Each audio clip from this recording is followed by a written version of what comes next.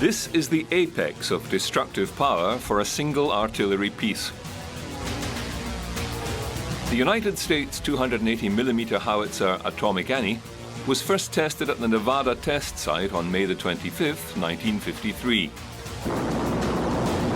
It fired a 365-kilogram fission warhead 10,000 meters, and it detonated 160 meters above the ground.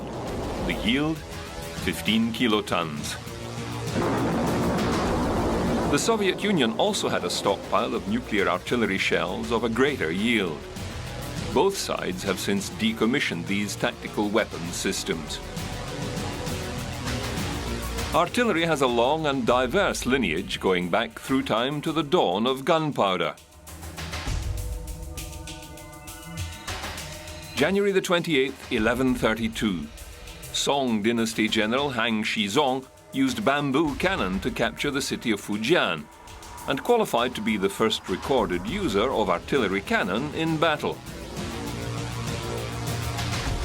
The effectiveness of gunpowder and cannon was so great that its technology expanded rapidly throughout Asia and 13th century Europe.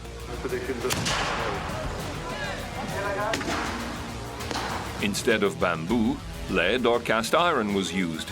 They fired lead shot, iron or stone balls, or sometimes arrows or scrap metal. The earliest of bombards, however, were defensive. Defensive siege cannon were immobile and fixed in their emplacements.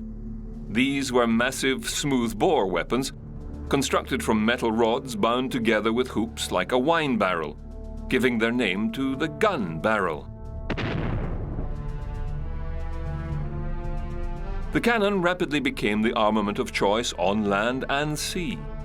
Naval power was often determined by the number of cannon that could be brought to bear in a broadside assault. There are three main types of cannon or artillery pieces.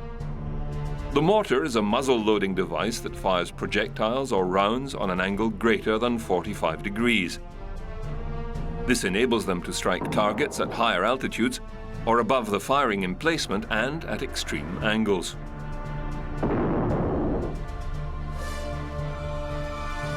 Second is the howitzer, from the German word Haufen or heap, which usually describes a short-barreled artillery piece on wheels that can fire projectiles at angles greater than a cannon and less than a mortar. The howitzer is the most common form of artillery piece today. And third, the field gun or cannon. It normally has a longer barrel than a howitzer and a lower angle of projection, usually line of sight. The larger types were often fixed in emplacements to guard coastlines or strategic points. They can also be self-propelled, often resembling a tank, but utilized in a completely different way.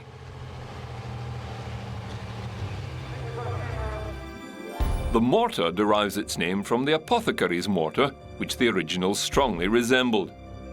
The mortar was a large and heavy bowl made from iron that was loaded with gunpowder and a heavy projectile, and fired by use of a hot iron through a vent hole in the side, much like a cannon. The first use of mortars was as defensive fixed emplacements behind castle walls on battlements. Their high angle of fire allowed them to lob projectiles over high walls but close in, defending the battlement approaches. Early mortars were heavy and very difficult to move. One Baron Menno van Cohorn developed a portable mortar that weighed around 82 kilograms, which could easily be moved and provide offensive firepower against fixed emplacements, particularly in 1673 at the Siege of Grave.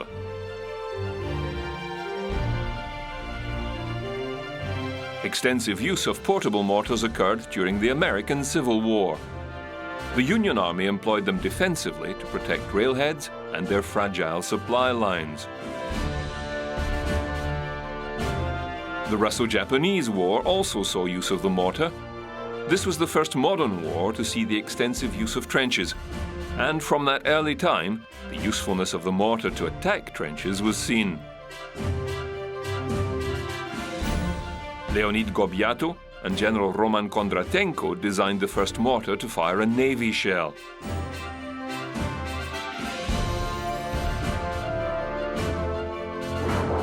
By the time of the First World War, smaller one-man mortars had been designed. Again, because of their high angle of fire, they could penetrate deep trenches that conventional artillery could not.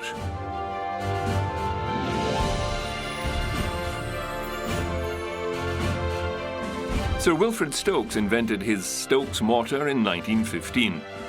It was one-person, portable, and easy to use. The Germans also developed a series of trench mortars or Minenwerfer.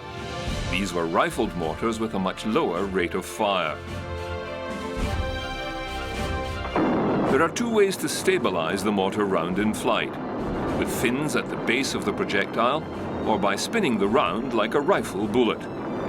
Both have their advantages, but the fin-stabilized smooth-bore mortar is by far the more common. The modern mortar usually consists of three main parts: the barrel, base plate, and a bipod. Calibers of 60mm to 120mm are common, and most operate the same way. The mortar is placed in position and adjusted for target, then the mortar round is prepared. Each one has a preset amount of propellant in its base. These are augmented by additional amounts of propellant attached to the base. Depending on the range of the target, the more propellant, the further they can fly. The round is then armed and dropped into the muzzle of the barrel. The round slides down and strikes a fixed firing pin at the base of the tube. The propellant is ignited, and the expanding gases force the round out of the tube at high speed. Larger versions can be electrically operated, or may have a firing pin system similar to an artillery piece. There is also the spigot mortar variant. Once again, these are smaller and easily portable. The projectile fits over the solid rod or spigot. Inside the round is the propellant charge that is fired by a built-in trigger mechanism. These are generally quieter to operate than a standard mortar and simpler to manufacture. However, the specialized spigot mortar ammunition is heavier and slightly less effective. Currently, they are not in favor in most arsenals.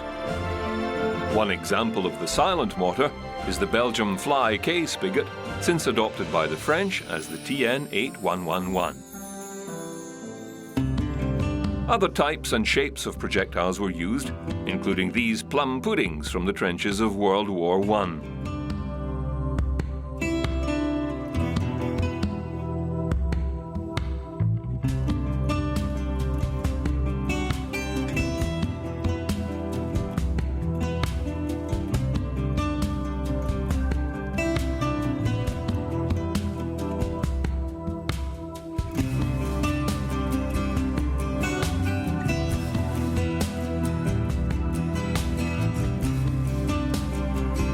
As with all weapon systems, someone has to build the biggest.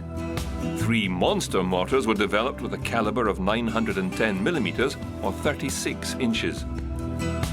Henri-Joseph Péchance built his in 1832.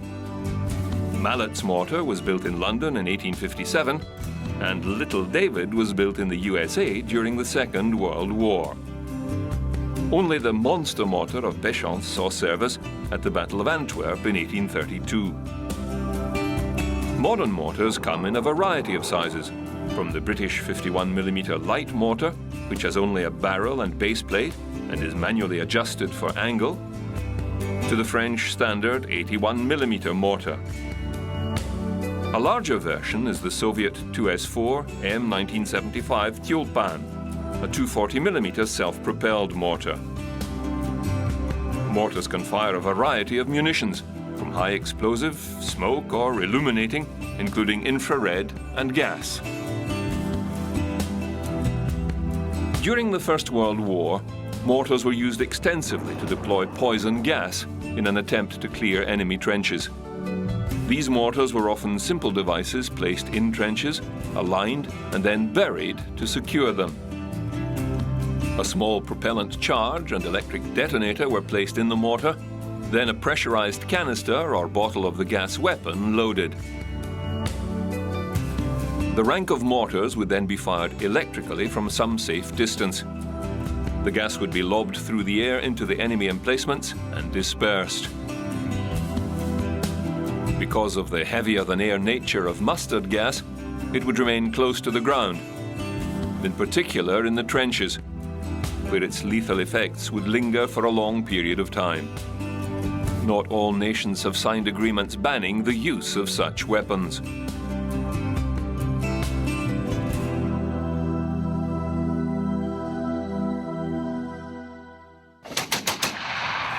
Cannon and handgun, or arabesque, were used in small numbers through to the 15th century, where experience with the new technology began to turn the tide of conventional battles. The technology of metalwork improved along with the manufacture of cannon. Reduction in the size of barrels was accomplished, along with the integration of trunnions, which projected from the sides of the cast barrel to allow attachment to a carriage. During the second half of the 100 Years' War, artillery began to take effect. Battle commanders were learning how to use artillery effectively. Henry V at the Siege of Harfleur is an example. When his tunnelling efforts failed to bring the walls down, he focused his cannon onto one wall flanking the gate. They had 10 cannon, 3 of exceptional size. One was called London, another the King's Daughter. They were fired day and night for 27 days. Slowly they demolished the castle wall until a breach was made, at which point an incendiary round was fired into the exposed woodwork, and shortly after the breach was stormed and the town taken. The French caught on quickly, and towards the end of the war became a superior artillery army. Frenchman Jean Bureau became the first great artilleryman. In 1449, he and his brother conducted 60 successful siege operations, utilizing 250 cannon. His crossfire and enfilade with his field artillery caused heavy casualties amongst the English.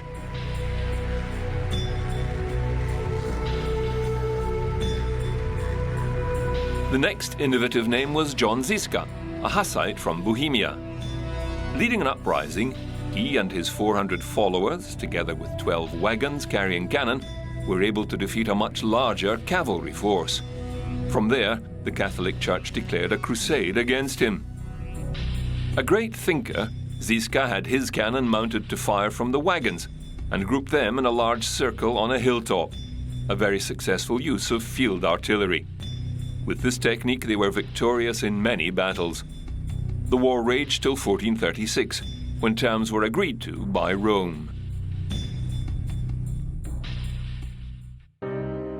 James II of the Scots was a keen advocate of artillery, which he utilized in the siege of Roxburgh in 1460. Unfortunately, he was standing too close to one artillery piece that exploded, killing him on the field.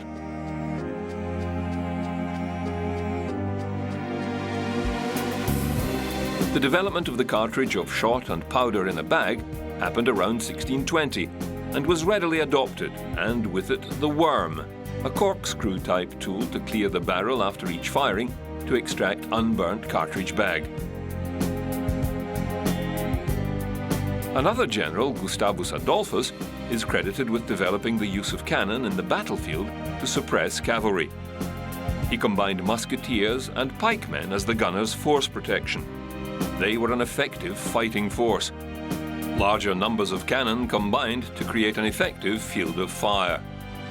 However, the battle always depended on the infantry. As a historical footnote, the combination of musketeer and pikeman became a military axiom. Even today, assault rifles have bayonet attachments. Charles VIII of France invaded Italy in 1494. He was a keen disciple of artillery.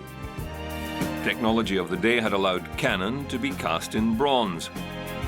Lightweight and drawn by horses, they could keep up with the main body of an army on the march. By 1550, there were numerous sized cannon, as there was no standardization. The English had 16 sizes, from the cannon royal at 4 tons and firing a 75-pound shot, to the smallest Rabiner at 300 pounds and firing a 5-ounce shot. The categories of size were named after birds of prey or fabulous beasts. There was the Basilisk 8.75-inch cannon, the Culverin 4.5 to 5.5-inch caliber, the Seeker, the Minion, the Falcon and the Falconet at 2 inches. There was a long list of other types and variants within each grouping and subgroups, often called bastards. There were slings, murderers, flankers, shrimps, orgs, aspics and sparrows.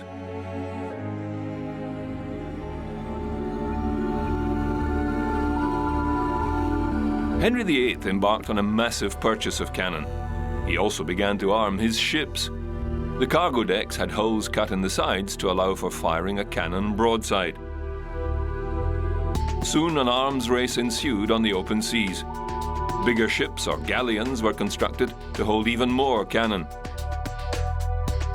By the 1580s, galleons in the 1,000-ton range had put to sea. These were the ships of Drake and Hawkins. The naval cannon was designed for rapid firing. Because they were muzzle loading, they utilized the recoil energy of the gun to push themselves back inside the ship. There they were reloaded and with the use of pulleys and chocks pulled back into firing position. Naval warfare changed dramatically. To rule the seas, a nation had to be able to build large blue water navies and equip them with cannon and experienced crews. Naval battles became an art more than a science, with both strategy and tactics playing crucial roles. Good seamanship, a strong nerve and a degree of intrepidity were also required, as wars were often won or lost in a single action. On the 8th of August 1588, the Grand Spanish Armada, consisting of 22 galleons and 108 armed merchant ships and supported by Rome, attempted to invade England. They reached the English Channel, where they were engaged by the English Armada, consisting of 34 warships and 163 armed merchant vessels. Commanded by Charles Howard, Francis Drake and Sir John Hawkins, they fought a series of battles and attacked with fireships and effective cannon fire. The Spanish fled north around Scotland, but suffered heavy losses against the coast of Ireland. The rout effectively destroyed Spain's offensive sea power. The undeclared Anglo-Spanish War petered out in 1604.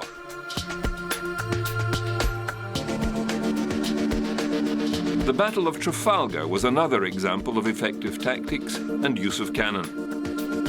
On the 21st of October 1805, the British fleet under the command of Horatio Nelson engaged the combined French and Spanish fleets off the coast of Trafalgar, Spain.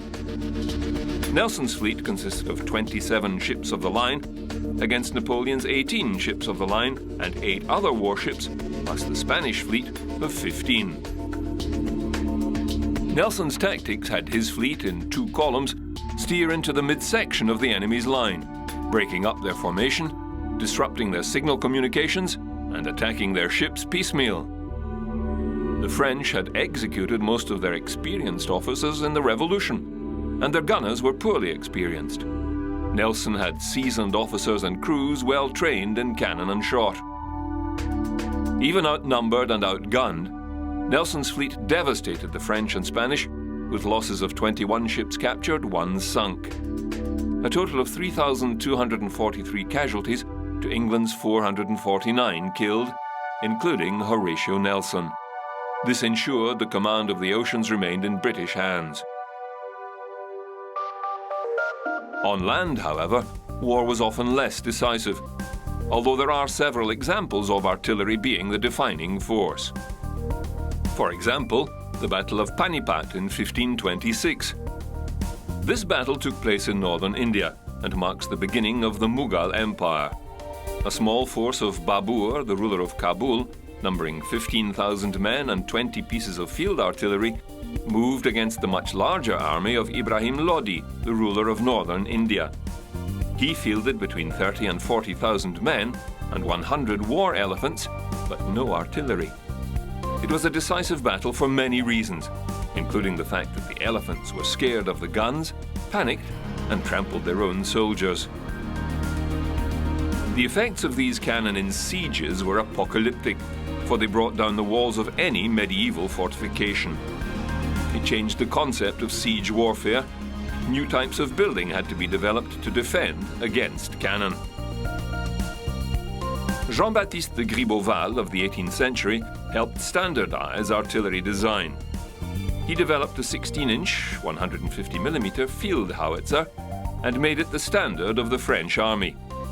This improved manufacture, maintenance and repair. At the time of the introduction of the flintlock to small arms, it too was utilized in cannon design and improved the ignition system. By 1789, the manufacture, deployment and use of field artillery was down to a fine art, particularly by one ex-artillery officer in the French army by the name of Napoleon Bonaparte.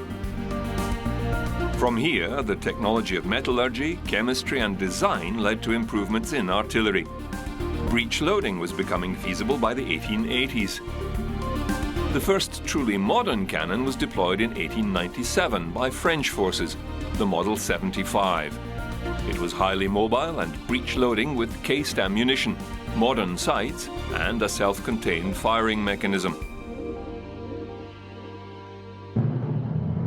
Cannon was smooth bore, which restricted the weapon's range and accuracy.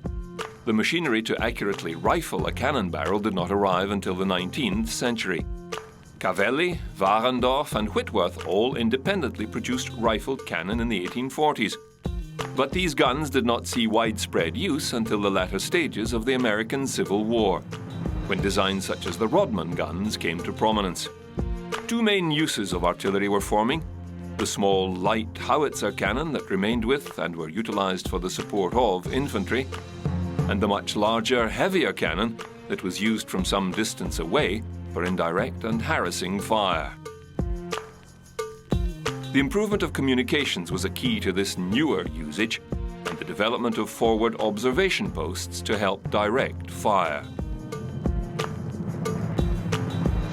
During the American Civil War on July 1, 1862, General Lee launched an attack on Major General McClellan's forces positioned on Malvern Hill.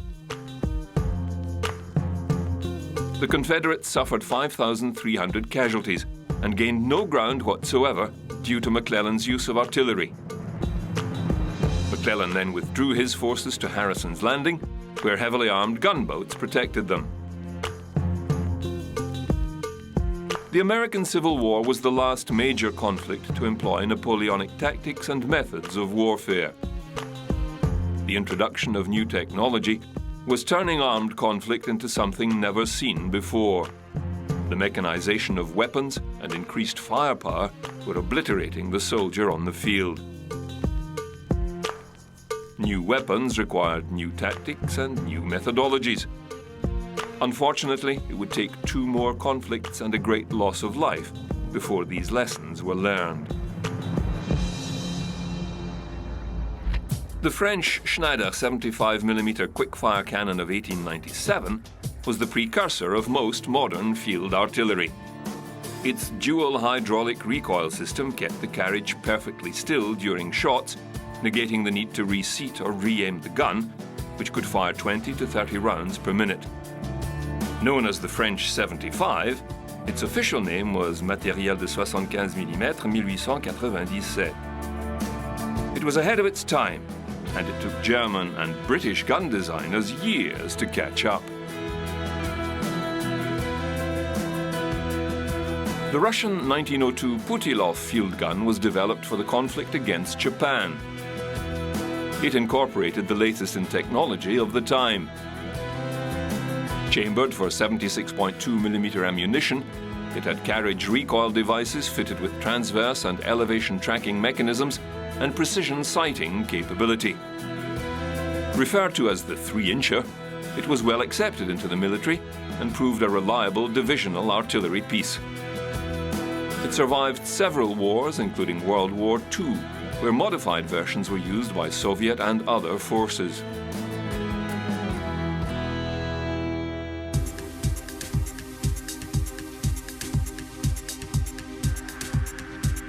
The First World War saw a huge increase in the use of artillery. Once the mobile war drew to a halt and forces dug in, the trench war began, and immediately artillery seemed to come to the fore in dealing with this tactic.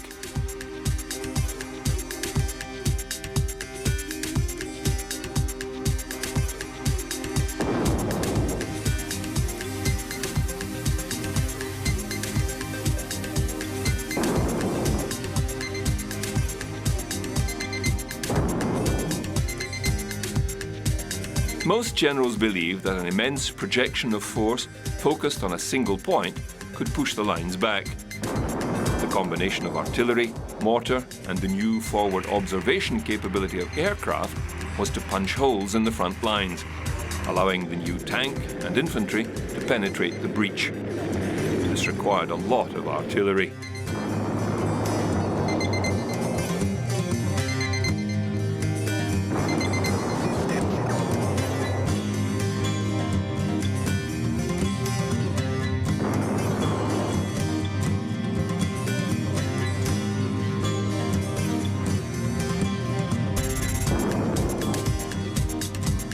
The Somme offensive by Allied forces along a 19-kilometer front from July to November 1916 is recorded as one of the bloodiest military operations ever undertaken and the largest battle of World War I. The attempt to break through German lines and draw forces away from the Battle of Verdun resulted in 1.5 million casualties, mainly from artillery and machine gun. The true horror of modern warfare had been revealed. The Battle of Vimy Ridge was a success for artillery. A Canadian forces diversionary offensive against the German 6th Army along the Western Front, lasting 4 days, it utilized the creeping barrage and tactical innovation. The Canadians were able to rout the German forces. On the other hand, artillery usage could prove a failure. At the Battle of Passchendaele, also known as the Third Battle of Ypres, Commonwealth forces attacked German lines in an attempt to reach the coast and German U-boat bases. The majority of the battlefield was swampy, reclaimed marshland, and after artillery bombardment became an impassable sea of sticky mud, which bogged down tanks, and countless soldiers drowned. After 3 months of fighting, Passchendaele was taken, and the battle ended on the 6th of November 1917. Allied forces lost 500,000 casualties, the Germans half that at 250,000. The ground captured from the offensive equated to 2 inches of ground for each soldier's life. The Sig 33, Schweres Infanteriegeschütz 33, was a German 150mm close support infantry gun adopted in 1933.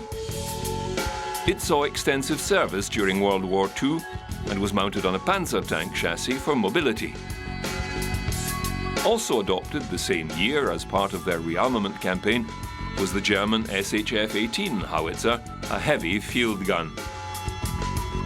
To achieve greater range, bigger and more powerful cannon were built, some so large they had to be moved by rail. The Leopold railway cannon was a 280mm gun capable of firing a projectile weighing 550 pounds up to 11 miles.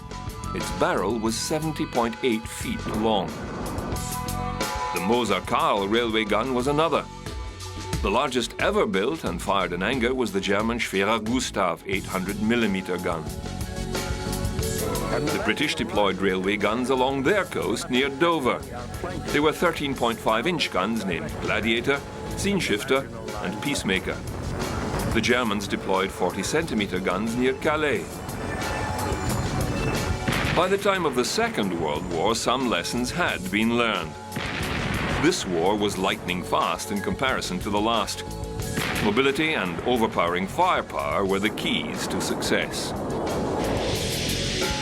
Due to the variety of terrain that the war was fought over, new gun designs proliferated. The mountain gun, for one.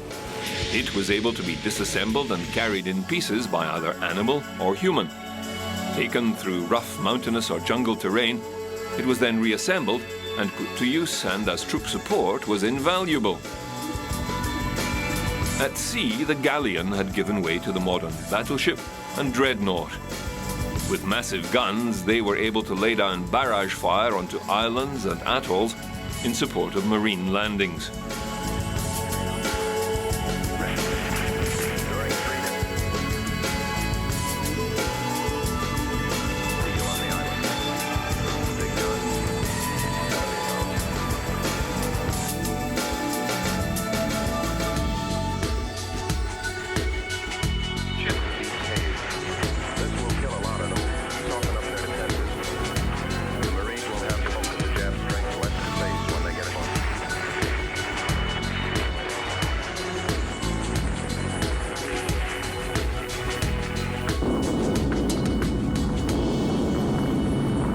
In the European theatre, several artillery pieces were effective.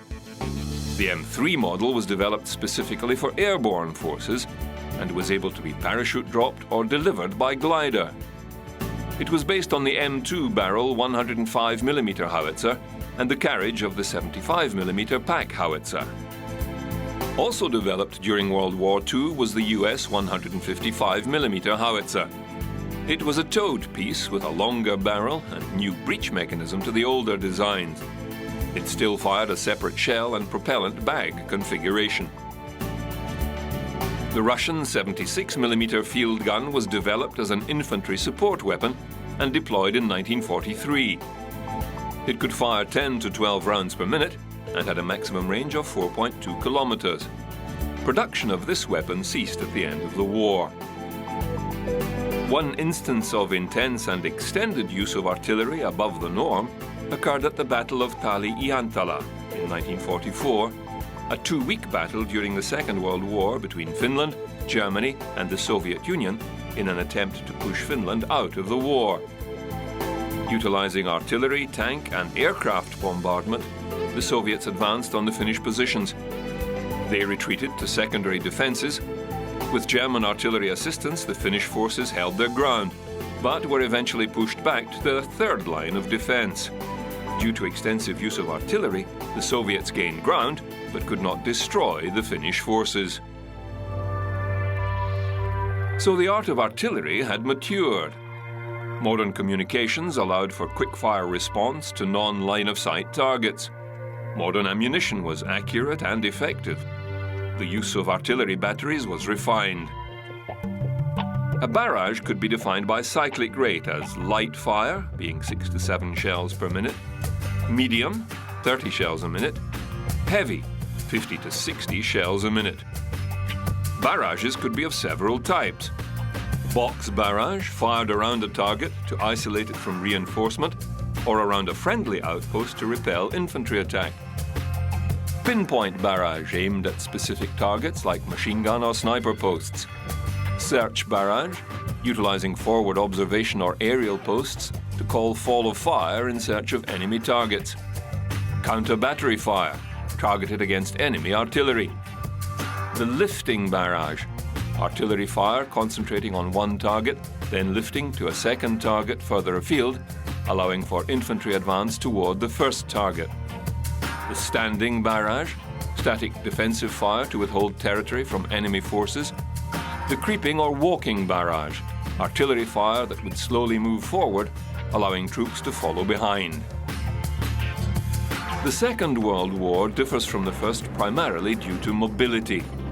Although barrage tactics were used often, they were never as large as those of the fixed trench warfare of the First World War.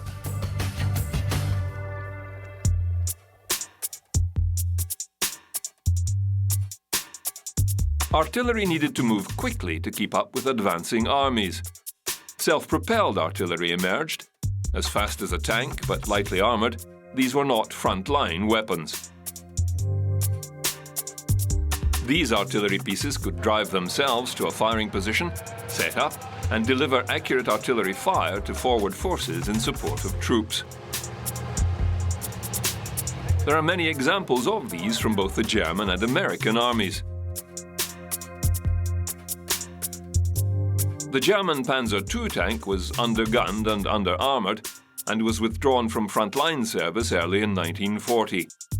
Its chassis was reworked and a Howitzer 105mm was added to become a self-propelled artillery piece, the SDKFZ 124 Vespe.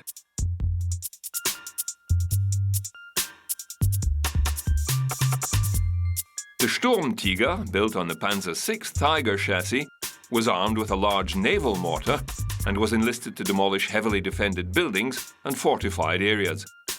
Only 18 were ever built.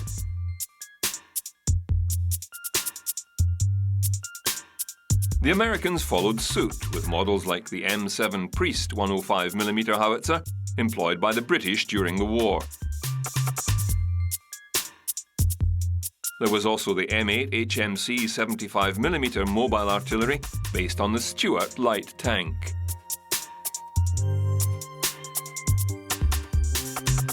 The Marines also found use for self-propelled artillery. The 75mm howitzer version of their LVT-A4, which fought with the 5th Marine Division, 2nd Armoured Amphibious Battalion at Iwo Jima in 1945.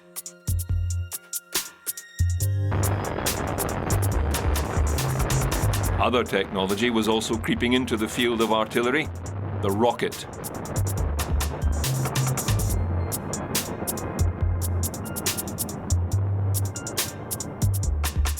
The T-34 Calliope rocket launcher, based on a tank chassis, was called the Screaming Mimie, after the noise made by the rocket's firing.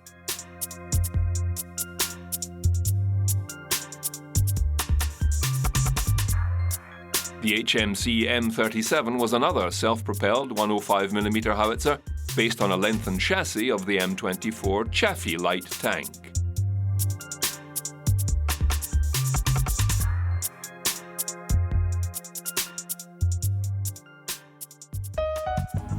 Beginning in the First World War, but perfected during the Second, was a branch of the artillery family developed for a new threat. Their target? Aircraft.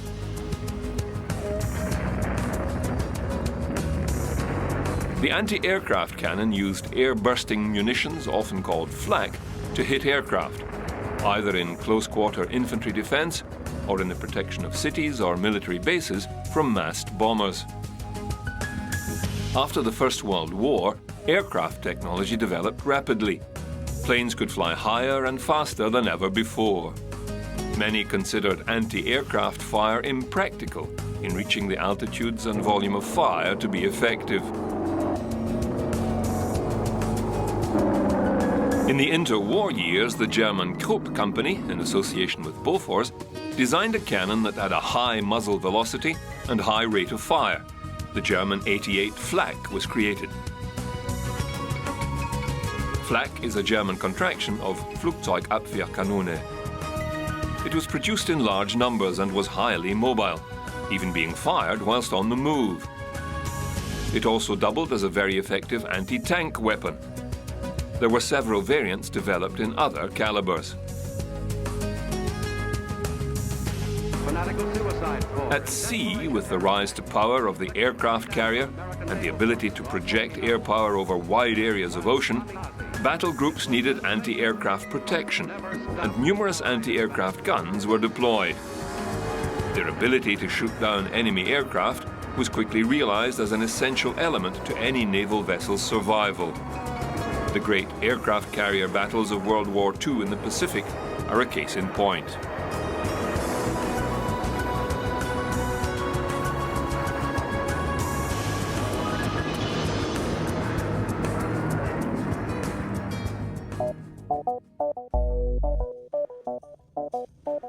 On the 20th century battlefield, and with the rise of mechanized infantry and tank forces, artillery was again modified to take on the tank. And it was found that many anti-aircraft guns could double as anti-tank weapons.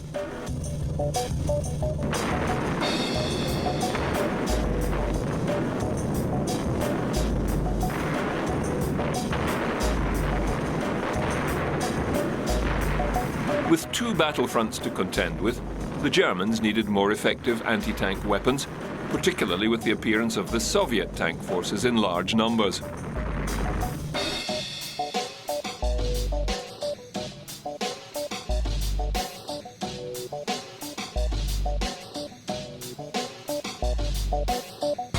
One quick fix was the Marden II design. It was based on the obsolete Panther chassis and armed with either captured Soviet 76.2mm field guns or their own Pak-40 cannon.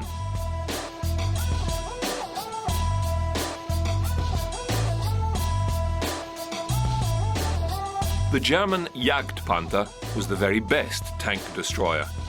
The SD KFZ 173 was based on a widened Panther chassis, housing an 88mm Pak-43 gun.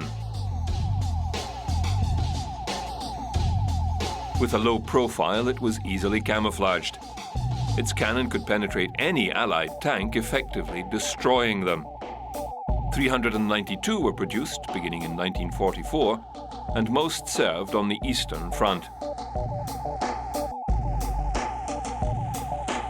The Jagd Tiger, based on the battle-proven Tiger chassis, was armed with the Pak-44 L-55 gun. It was the most powerful anti-tank weapon utilized during the war, capable of engaging targets well beyond their fire range. Its maximum range was over 22,000 meters, and it was able to penetrate any Allied armor. One drawback for this weapon was speed and range. It consumed 5 liters of fuel per kilometer of road traveled. They were best used in camouflaged static positions to make full use of their armament.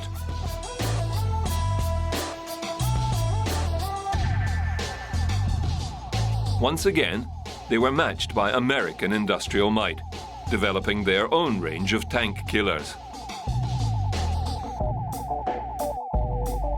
The M18 Hellcat, built by Buick, was the fastest tracked vehicle of the war, with a top speed of 56 miles per hour.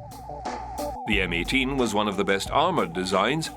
It was designed from the ground up to be a tank killer, armed with a 37mm cannon, which was replaced with the much more powerful 57mm cannon.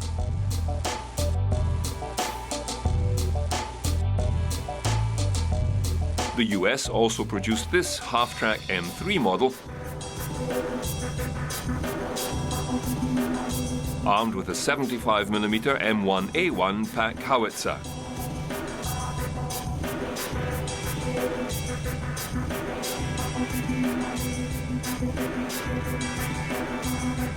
The M10 GMC, or gun motor carriage, nicknamed TDs by US forces for tank destroyers, was designated Wolverine by the British.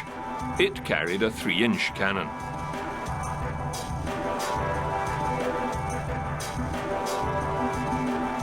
The Russians relied on the Zis-3 gun as their main anti-tank weapon. The 76mm gun was introduced in 1942. A very successful weapon, it has survived in various forms till today.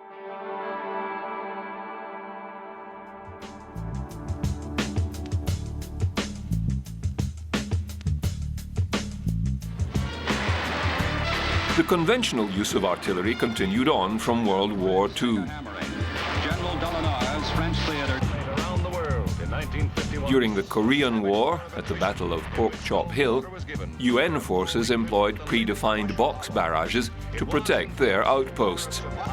Swarmed over the frontier against thinly held. At the same time period, Marine artillerymen had faced off. And in the Vietnam War, a walking barrage was used in the defense of the infamous US Khe Sanh base.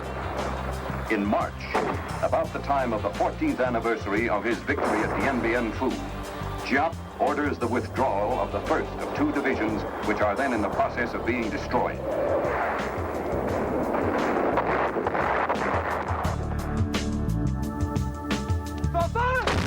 British forces used a walking barrage in the Falkland Islands campaign in 1982 in support of the 42 Commando advance on Mount Harriet. With the advance of technology, many aspects of artillery function have been supplanted by missiles and rockets. However, there is still a place for artillery, both as indirect fire and infantry support.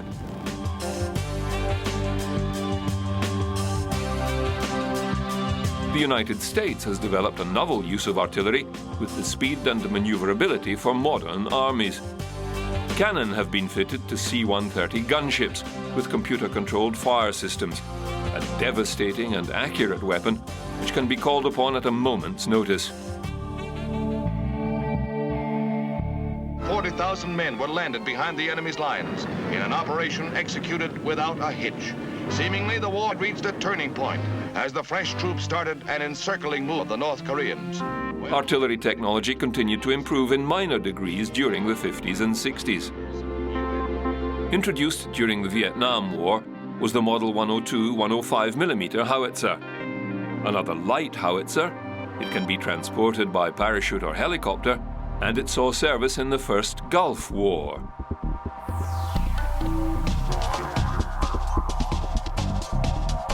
It has been retired from main military service and was replaced by the M119 artillery piece. The M102 is still used in the AC-130 gunship.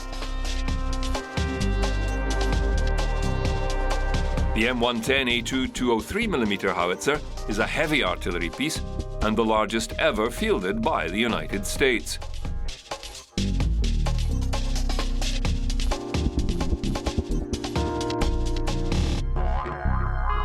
Its lineage can be dated back to the British 203mm cannon of World War I vintage. It is still in use with some NATO countries.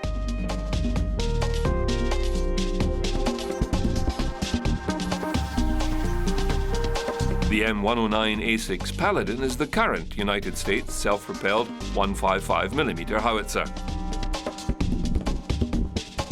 In use in several countries, this model is now being replaced with either the AS-90 or German PZ-H2000. Each of these howitzers has a high rate of fire, up to 3 rounds in 9 seconds. With computer-controlled targeting and smart munitions, it will remain a lethal part of most armies. New systems are being designed, like the American AGDS M1. An experimental, high-protected, low-altitude, self-propelled air defense gun missile system.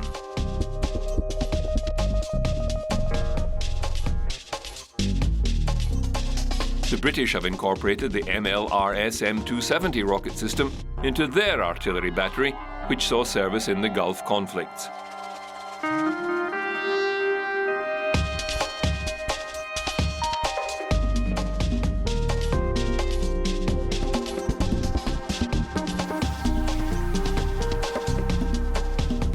Artillery on the modern battlefield is certain to remain a dominant power, both with direct infantry support and indirect fire.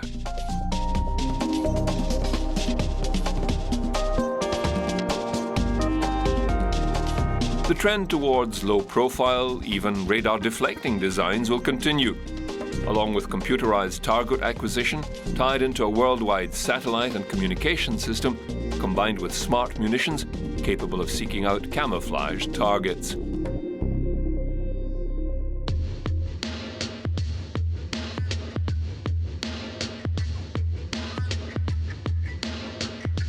Modern ammunition comes in all shapes and sizes, from basic high explosive to anti-tank and ground-penetrating shaped explosives and rocket-assisted warheads.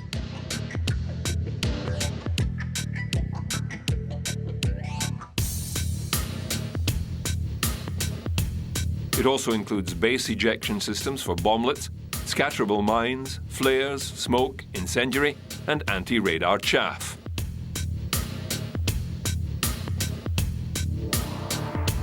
Newer forms of munitions include the copperhead.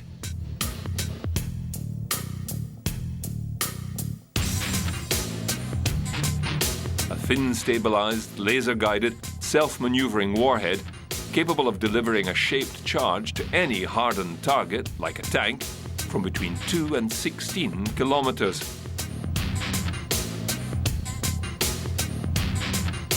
The only drawback is cloud cover obscuring the target. The MX-982 Excalibur round, now in limited deployment, will, once fired from a howitzer cannon, be able to glide to a target up to 40 to 57 kilometers away and, utilizing global GPS satellites, to lock into a target with a circular error probability of less than 5 meters.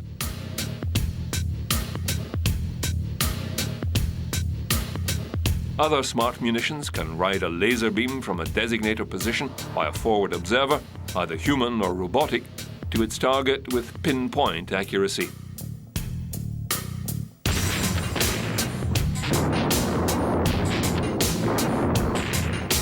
The cannon will remain a mainstay of machines of war for many years to come.